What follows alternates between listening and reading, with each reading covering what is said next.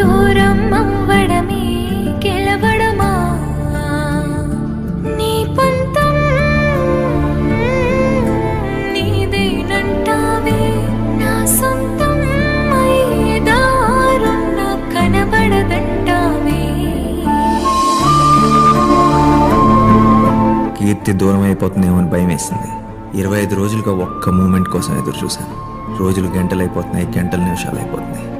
ఒక్క మూమెంట్.